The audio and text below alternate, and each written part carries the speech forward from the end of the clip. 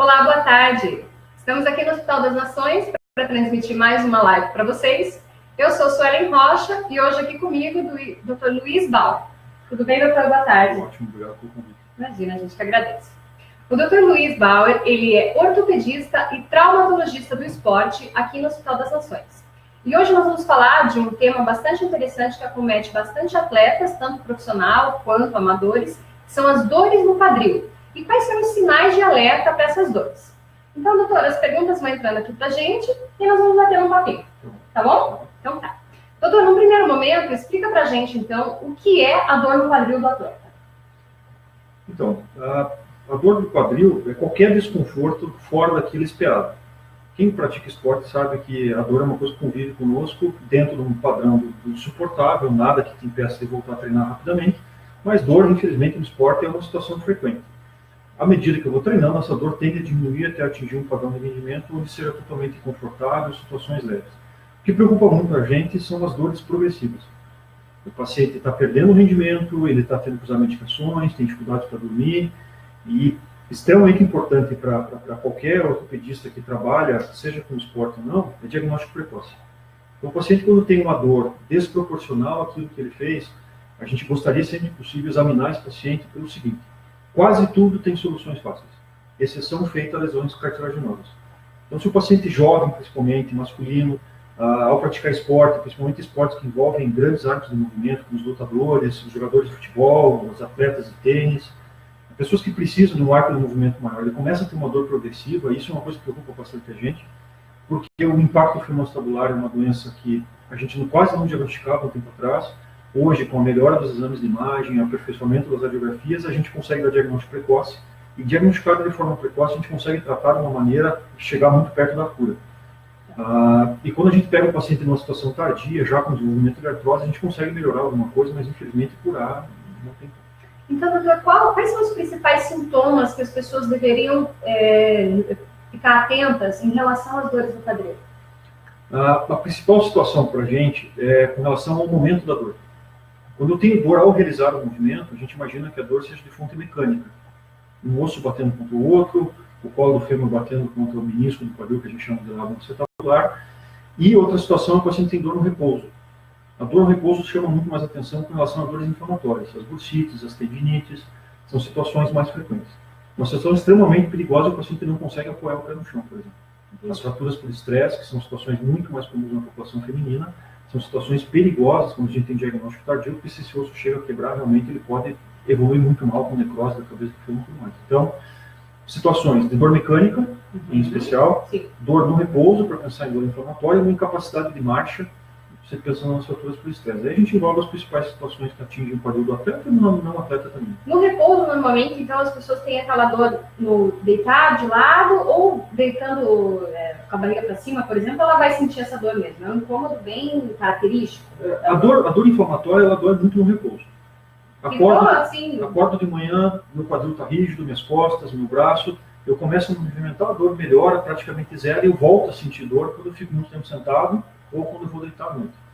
Isso seria um sinal de alerta. Sim. E, doutor, normalmente assim, as pessoas elas têm uma dor, algo que é relevante, elas conseguem ir levando o dia a dia, e isso que vai agravando, né? Então, o que a gente tem que falar para a pessoa lembrar? Ó, tô com dor a meio de repouso, na atividade, o que mais? Incapacidade de marcha, né? Eu não consigo apoiar a perna porque a dor é muito importante. Né? No consultório, assim, a gente já tem uma população feminina enorme. Tem diferença, doutor, nas dores, então, quadril masculino e feminino? Muito. Primeiro porque a mulher tem a pelve mais larga. Isso dispõe a situações mais inflamatórias, né? As tendinites são muito mais frequentes na população feminina, as bursites também na população masculina. E outra coisa muito importante, o menino brinca muito mais na infância do que a menina, estatisticamente. Não dá pra gente levar a ferro e fogo isso. Sim. Mas normalmente o menino é muito mais ativo do que a menina quando criança. O menino, por brincar mais, ele tem um limiar de dor mais alto, ele está acostumado a sentir mais dor que a menina, ele tem a massa muscular maior porque se exercitou mais e pela presença da testosterona também, e ele tem tendões mais espessos. Então a atividade física na primeira infância, que engloba até os 7 anos, tem uma repercussão enorme para a tua vida toda. Né? A gente tem atendido hoje no consultório, em especial, mulheres acima de 40 anos, onde a família já está estabilizada, o filho já não precisa tanto da presença da mãe, E agora ela fala, eu tenho tempo para cuidar de mim. Então, ela quer começar a correr com o grupo de corrida, ela começar o yoga, o pilates, quer começar a musculação, e por não ter um histórico esportivo, começa a sentir dor. E por não vir praticando esporte recentemente, ela sofre bastante de dores inflamatórias. Entendi. Então aí a gente engloba 80% das consultas da medicina esportiva relacionada à parte equina. Tá certo. Doutor, nós recebemos algumas perguntas aqui dos nossos seguidores e vamos começar a responder, porque senão a gente se empolga aqui falando e não respondeu ao pessoal. A Rosinha, essa veio lá do nosso Instagram. Ela pergunta pra gente o seguinte: eu sinto dor do lado esquerdo do quadril depois dos treinos. Então, ela deve estar praticando corrida, né, doutor? Isso é algo preocupante? Então, preocupante se a dor for progressiva, preocupante se for uma dor incapacitante de realizar o exercício, ou seja, eu não consigo, se ela está sentindo dor após o treino, ela conseguiu treinar no pace de corrida normal, se ela conseguiu fazer a força normal na musculação, a gente não se preocupa tanto. As duas situações possíveis para ela seria a bursite trochanteriana, tá? Que é uma porcaria de tratar, é difícil de tratar, o tratamento é longo. E uma coisa que a gente tem visto com mais frequência, principalmente nos exames de imagem, com a melhora da definição da ressonância, são as tendinites da musculatura que abre a perna, que se insere na região lateral do quadril, e no caso de doenças mais avançadas, as tendinopatias, onde realmente a dor tende somente a piorar, e é um caso onde a gente tem um diagnóstico precoce e tratamento funcional. Tá certo. Doutor, falando agora dessa bursite que o senhor acabou de falar, a Joyce pergunta pra gente: o que fazer para me livrar dessa bursite trochanteriana? Um nomezinho terrível. Essa limitação tem me deixado bastante chateado porque eu não consigo voltar a correr.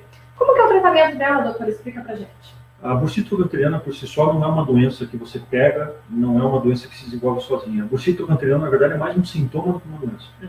Então, a bursite trochanteriana, ela acontece por outros problemas. A artrose do quadril, um dos sintomas presentes é a bursite trochanteriana. A tendinite do glúteo médio e mínimo cursa junto com a bursite trochanteriana. A insuficiência da musculatura abdominal, onde eu vou ter um aumento da minha lordose e, com isso, uma alteração do eixo de pelve, causa a bursite trochanteriana.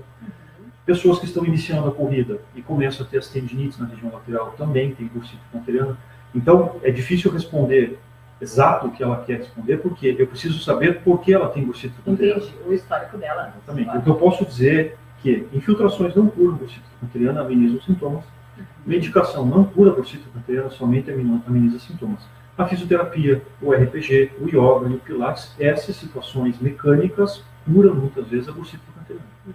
Então tem que tratar quase como uma fisioterapia, né? O primeiro diagnóstico do porquê eu tenho isso, porque, veja, você pedir fisioterapia para um paciente que tem artrose do quadril, a gente vai tentar alongar a musculatura e aquele quadril não movimenta bem, a gente vai estar torturando o paciente. Pois é, né? Então saber o porquê da doença é fundamental. E daí escolher bem qual atividade que ele vai fazer para poder fortalecer isso daí, né? Todo médico que trabalha com parte esportiva, a gente tem que ter capacidade de conhecer opções esportivas para a pessoa conseguir se manter em atividade.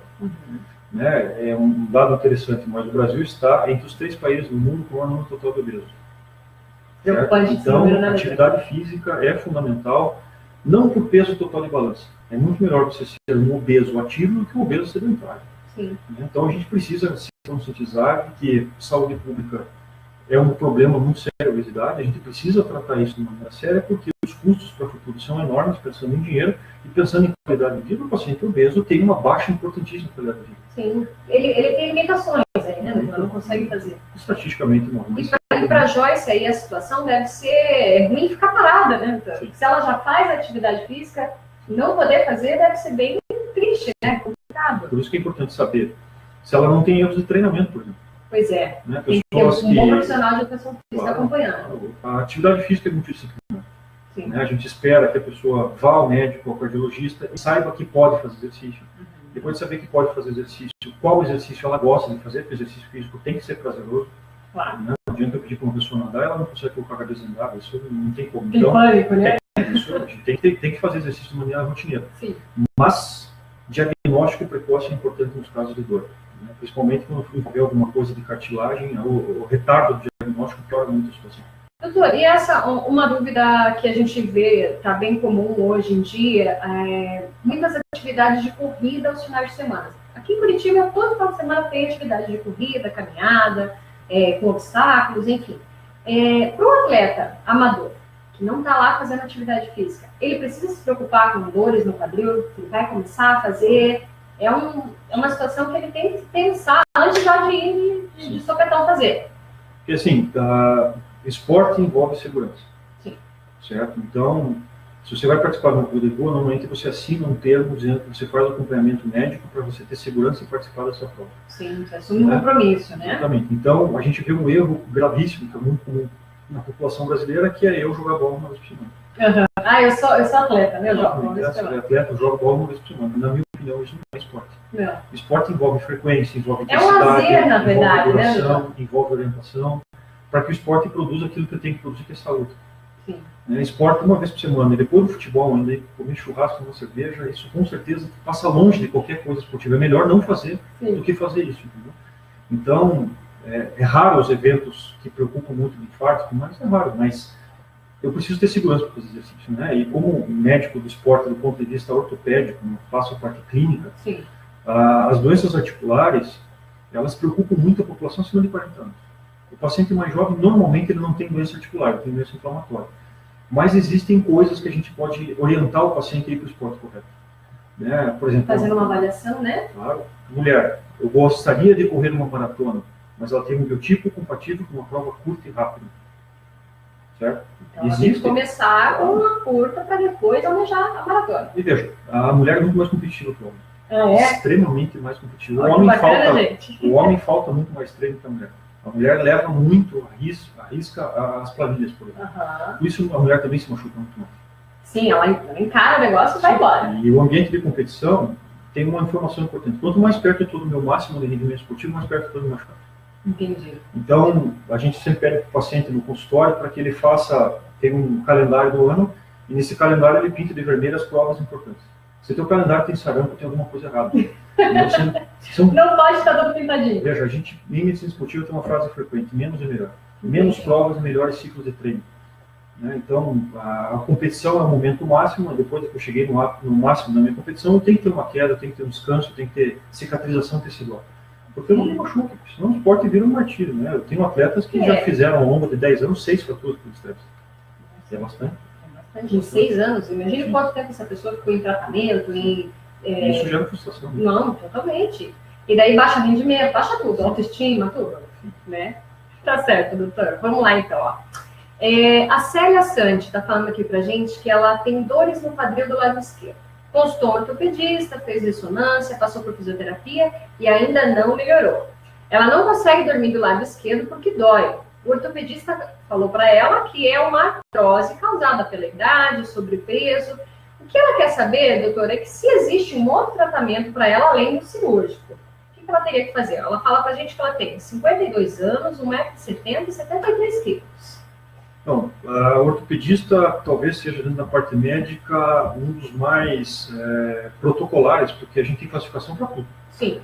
Certo? Então, nas radiografias, normalmente a gente classifica a artrose e a gente vai dizer se essa artrose, qual é o seu estágio e qual que é o prognóstico dessa situação. Eu espero que aos 52 anos ela não tenha uma artrose grave, seja uma artrose inicial. Me parece, de cabeça, né, sem cálculos... É jovem, né, doutor? 52 é jovem? Sim. A gente pensa em prótese de quadril acima de 65 de preferência, né?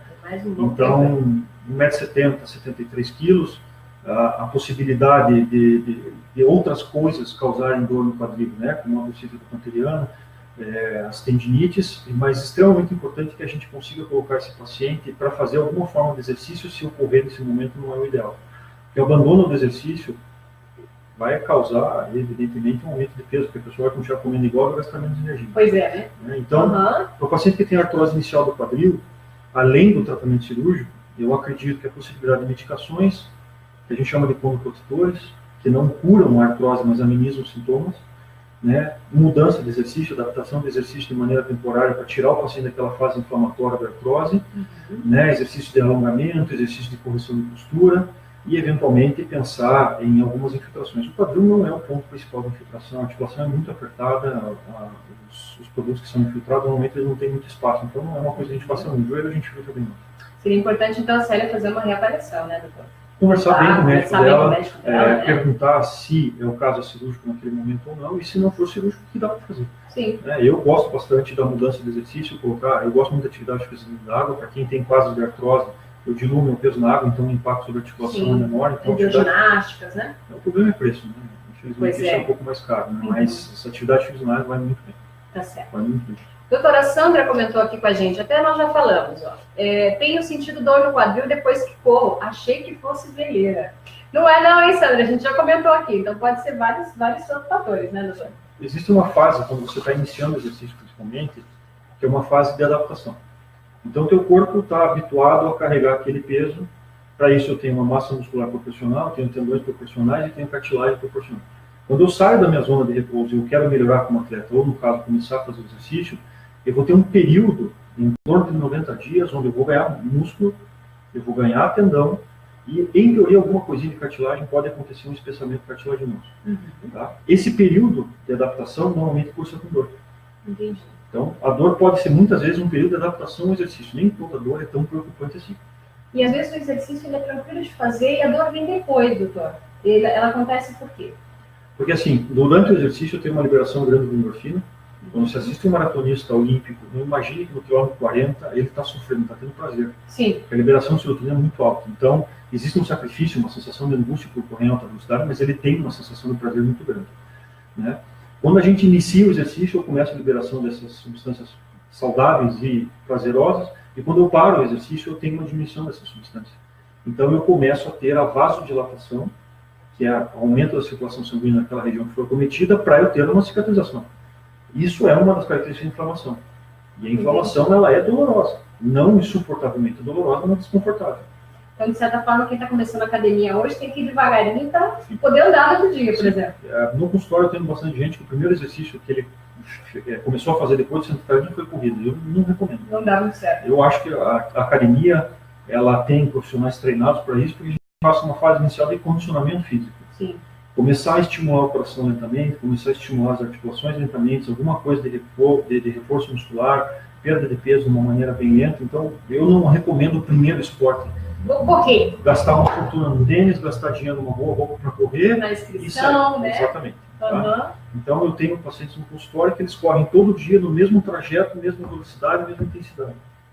Eu não consigo melhorar, mas é claro, fazendo a mesma coisa, você não vai ter melhor. Então, a periodização de treino é importante. Tem que aumentar devagarinho, né? O planejamento é importante. Então, eu tenho meu técnico, a gente está junto aí há um tempão, já fiz maratona, fiz Ironman, tudo, e confio demais nele, porque o cara me conhece.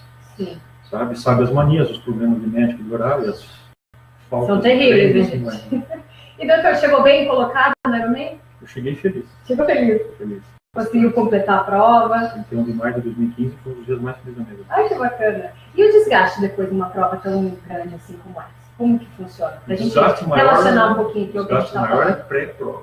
Ah, é antes. Sim, o desgaste então, social... aquele papo, treino difícil, prova fácil, sim, é verdade. Tem que ser. Tem que ser. Porque o desgaste social, você ficar com seus amigos, ninguém te convida para nada, porque sábado tem manhã aqui pedal.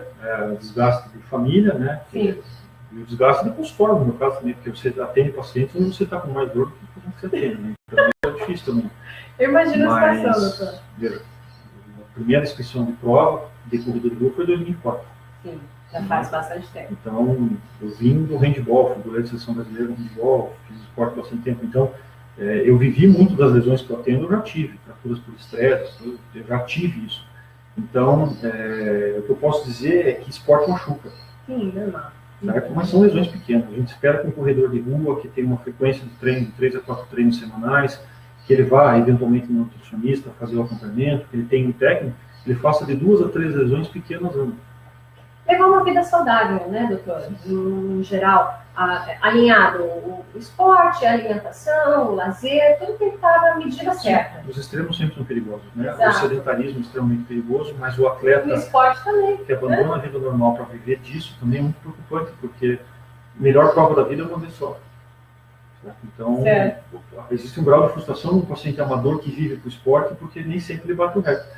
Se o cara tem prazer naquilo que está fazendo, está feliz treinando, está feliz competindo, e o relógio é amigo e não inimigo, sim, normalmente o cara está super feliz. Mas quem é muito competitivo e compete com o tempo, o problema é que a gente está envelhecendo. Então, o rendimento é um negócio que naturalmente vai cair. E o tempo, ele é cruel para a gente. Ele é extremamente democrático. Ele fala e pronto, acabou, né? Não tem jeito. Então, vamos responder mais uma pergunta aqui.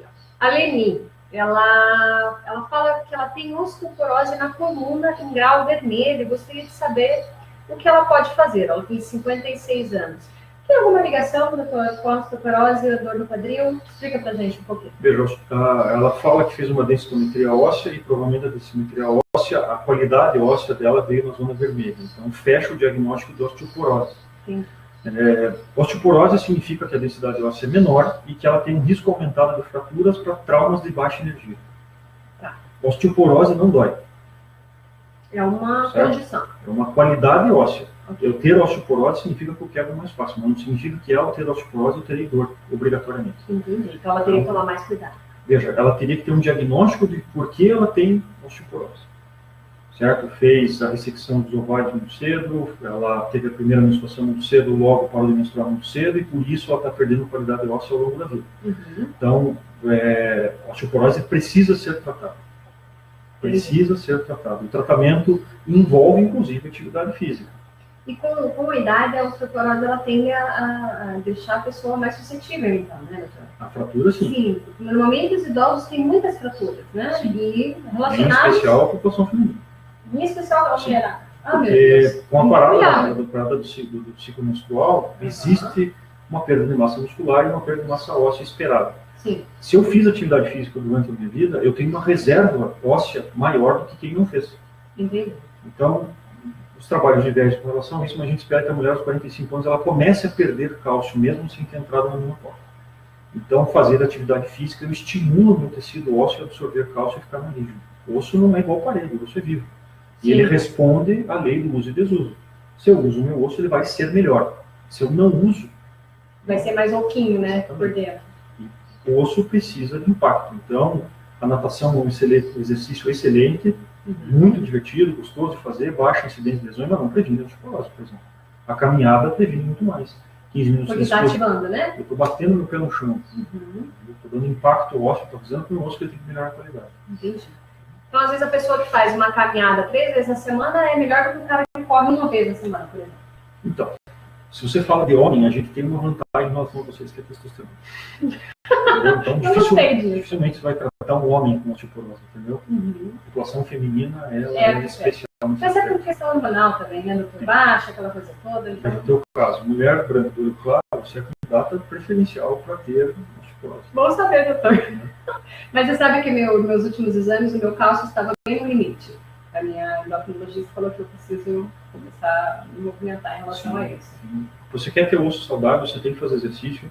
A Organização Mundial da Saúde recomenda 40 minutos de exercício diário, pelo menos 5 a 6 vezes por semana, certo? Você priorizar a sua saúde, exposição ao sol, 15 minutos ao dia pelo menos, que você tem alguma fonte alimentar rica em cálcio, tá? Queijo, leite, sei lá o que for, e atividade rotineira. Tá certo. Doutor, temos uma última aqui, uma pergunta do Marlon, mas antes de falar, de entrar nessa pergunta, eu queria perguntar primeiro para você, que casos de dor no quadril que são cirúrgicos? Quando que a pessoa tem que ir para a cirurgia, não tem jeito? Então, a gente acaba operando muitas vezes as fraturas, né? As fraturas articulares elas necessitam de fixação. Então, tirando a situação traumática, a gente faz bastante cirurgia em pacientes que têm doença crônica. Então, a artrose é uma doença crônica, tá? As tendinites e tendinopatias são doenças crônicas, então, eventualmente, a gente acaba operando jogadores de futebol que tem pubalgia que não melhora, entendeu? O que tem crescido muito para o cirurgião de quadril são as cirurgias de vídeo, as artroscopias, que elas são maneiras menos agressivas, elas são agressivas, evidentemente, mas são menos agressivas que as cirurgias abertas, onde a gente tenta refazer o formato anatômico saudável da articulação do quadril, tanto na pelve quanto no colo fino. Então, a gente tem feito cirurgias ósseas e, eventualmente, a gente tem feito até suturas dos meniscos do quadril, que são o lábio, acetabular, né? Na tentativa de refazer uma articulação saudável. Então, o que a gente opera normalmente? Impacto femoacetabular, tanto do paciente muito jovem, quando já tem alteração de imagem, quanto do paciente mais velho. As próteses de quadril, os pacientes que têm artrose avançada, de preferência, a gente tenta levar muito tempo para fazer isso. Pacientes mais velhos, a gente, de preferência, não faz prótese em paciente jovem, mas quando não tem jeito, é isso que tem que fazer. E tem superado bastante as doenças tendinosas, as tendinopatias, em especial da musculatura lateral do quadril. No ombro, a gente opera muito isso, né? Pacientes que têm tendinopatia da musculatura do ombro. No quadril também tem sido feito cirurgias para isso, quando necessário, evidente, né? Quando o tratamento conservador falha. Então a gente acaba operando isso. Tá certo. Então vamos responder a pergunta do Marlon agora. Ele falou, ele falou pra gente que ele tá fazendo ele vai fazer uma cirurgia hoje, e do quadril. A preocupação dele, doutor, é quanto à recuperação. Como que funciona a recuperação? É demorada? A pessoa fica longe da atividade laboral muito tempo? O esporte, ela volta depois de quanto tempo fazer? Como que funciona a recuperação depois da cirurgia? Então, vamos imaginar que ele tem uma doença tendinosa. Tá? Se ele tiver uma tendinopatia, por exemplo, ele tem pubalgia, que ele joga bola e o tratamento conservador não deu certo. A gente pode fazer a tenotomia, que é cortar o tendão. Então, é uma cirurgia feita com um acesso pequeno, a gente libera o tendão, o paciente vai embora no mesmo dia, andando, ele vai ter um desconforto de 10 a 15 dias, começa a reabilitação, rapidinho ele está competindo de volta, treinando novamente. Pacientes que fazem doença de impacto femoroacetabular. Se a doença não precisa de sutura do lado, normalmente o paciente está andando no primeiro dia de cirurgia, ele já sai andando, apoiando os 2 pés, utiliza a muleta para conforto, mas ele já está andando desde o início. E a gente precisa de uma cicatrização da cápsula articular que demora em torno de 90 dias. Então a gente limita alguns exercícios, mas ele está fazendo exercício desde cedo. Uma caminhada, algo mais leve, ele vai poder fazer. Até a musculação, com 15 dias ele está fazendo. Ele tem problemas de limitação de abertura de perna para que o quadril não desloque. Tá? Se o paciente vai fazer uma prótese de quadril, que é uma situação que a gente faz bastante, né? Quase 40% da população brasileira precisará de alguma forma de prótese ao longo da vida. Bastante, tanto o quadril quanto o joelho. Prótese, normalmente o paciente está de pé também no mesmo dia, precisa de um tempo de cicatrização de partes moles também, gira em torno de 90 dias, mas está andando desde o começo e vai reabilitando já dentro do internamento. Né? Então a pessoa não precisa se preocupar em ficar adiando a cirurgia por ficar muito tempo longe do trabalho, longe das atividades. Né? Veja, essa preocupação é muito frequente, ainda mais num país incrível como o nosso. Sim, todo mundo as pessoas não querem ficar sem trabalhar. Mas veja, a gente tem que imaginar que algumas doenças progridem.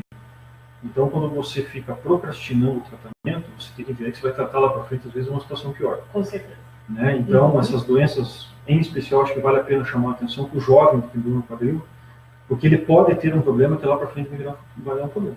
E vai ser pior daí, né? Com certeza. Aí vai ser uma cirurgia mais invasiva, a dificuldade de recuperação vai ser maior, tudo vai ficar difícil. Quase tudo na ortopedia a gente consegue melhorar. Que bom, né? Certo? Mas a cartilagem ainda é um grande empecilho. Então, doenças que vão cursar com artrose precoce, a gente tenta tratar de maneira agressiva e precoce também. Sim. O diagnóstico precoce é sempre o maior fundamento, sim, né? A gente tem tendência a ser menos... Vamos lá para poder melhorar o quanto antes. Exatamente. Então, a gente pode propor para o paciente uma adaptação esportiva, propor um emagrecimento, aumento de elasticidade, um acompanhamento periódico a cada tanto tempo, mas o diagnóstico é fundamental. Né? O que o médico mais investe tempo hoje é na busca do diagnóstico. A gente tem acesso hoje a um arsenal de exames de imagem muito bacana para fazer coisas que 20 anos atrás não se fazia. A tecnologia avançou demais, né? Sim. Então tem muita coisa aliada aí para chegar a esse diagnóstico, né? Sim. E o mais importante sempre da relação médico-paciente é a confiança de um lado do outro. Sim. Né? Então, dificilmente você vai ver uma marcação de cirurgia numa consulta única. Né? Então, não, ele vai primeiro, existe um tempo de negociação, de você conversar, do paciente saber, dele perguntar, você conseguir responder. Isso é importante. Medicina é confiança de um lado e do outro. Com certeza. Doutor, nosso tempo está acabando. Eu queria ver com você o seguinte. Em relação, então, às dores no quadril do atleta, o que mais que a gente poderia falar só para deixar um alerta aí para o pessoal? A principal causa de dor do atleta no quadril que eu vejo são erros de treinamento. Tá? Excesso de empolgação. Não vai com sede ao pote, né? Não, a natureza não dá saltos. A gente precisa construir um corpo saudável. E outra coisa, quando a gente vai na televisão assistir um atleta de ponta competir, você tem que entender que ele está ali porque ele tem uma estrutura absurda para isso, ele tem uma genética para isso. Ele está treinando um tempão. Ele tem a altura, ele tem o biotipo compatível, ele é longilíneo o suficiente para isso. Então, o atleta de ponta chega porque ele teve acesso a um treinamento melhor, ele teve uma nutrição melhor, ele tem uma genética melhor e ele vive para isso. Com certeza. Então, a enorme maioria que a gente tem no consultório é a população amadora. O esporte existe para dar saúde, existe para dar prazer, existe para permitir que a gente conviva em sociedade, porque o estresse hoje é muito grande, o esporte é uma forma de escape legal para isso. Mas a pressa em melhorar é uma coisa que me preocupa bastante. Entendeu? Porque não dá para a gente querer sempre estar no auge. O auge é um momento no ano, às vezes tem alguns atletas que têm sorte, que tem 2 momentos de pico no ano, onde a parte hormonal está legal, a parte de vida social está legal, o treinamento chegou bem para aquilo. Mas o atleta que quer todo domingo bater o tempo dele de prova, realmente é um cara que vai se frustrar bastante, porque não vai conseguir. Não vai dar certo, né? Não vai conseguir. Então o recado é não ter pressa. O recado é saber se eu posso fazer exercício. Sim. se eu posso, se eu quero fazer exercício, claro que o exercício tem que ser uma coisa prazerosa e que eu tenho que ter paciência. Com certeza. Tem que ter paciência. E de acordo com o seu corpo, né? Claro, e entender os sinais, porque nenhuma lesão acontece de um dia para o outro. Com certeza. O cara está jogando bola, torceu o tornozelo, foi uma fatalidade. Mas a grande maioria dos pacientes que praticam exercício de resistência, o corpo vai sinalizando que alguma coisa está errada. E a gente vai lá, avisando, ó, pode tá negligenciar, e a gente pode postergar as coisas, e às vezes acaba tendo que ser mais agressivo do que poderia. Com certeza. Então tá joia, doutor. Hoje já acabou nosso tempo aqui. Acho que daria para conversar a tarde inteira sobre o assunto, né? Porque tem muita coisa para falar. Melhor que o Com certeza. Doutor, eu queria agradecer a sua disponibilidade de estar aqui hoje. Em nome do Hospital das Nações, a gente agradece. Volte outras vezes conversar aqui com a gente sobre outros temas. Então, por hoje, a gente fica por aqui. Obrigado pela oportunidade. Obrigada, doutor. Para você que está nos assistindo ou vai assistir o vídeo depois, se vocês tiverem mais alguma dúvida, é só enviar a pergunta para a gente, que a gente vai até o doutor, pega a resposta e traz elas para vocês. Muito obrigada por hoje. Hospital das Nações, você em boas mãos.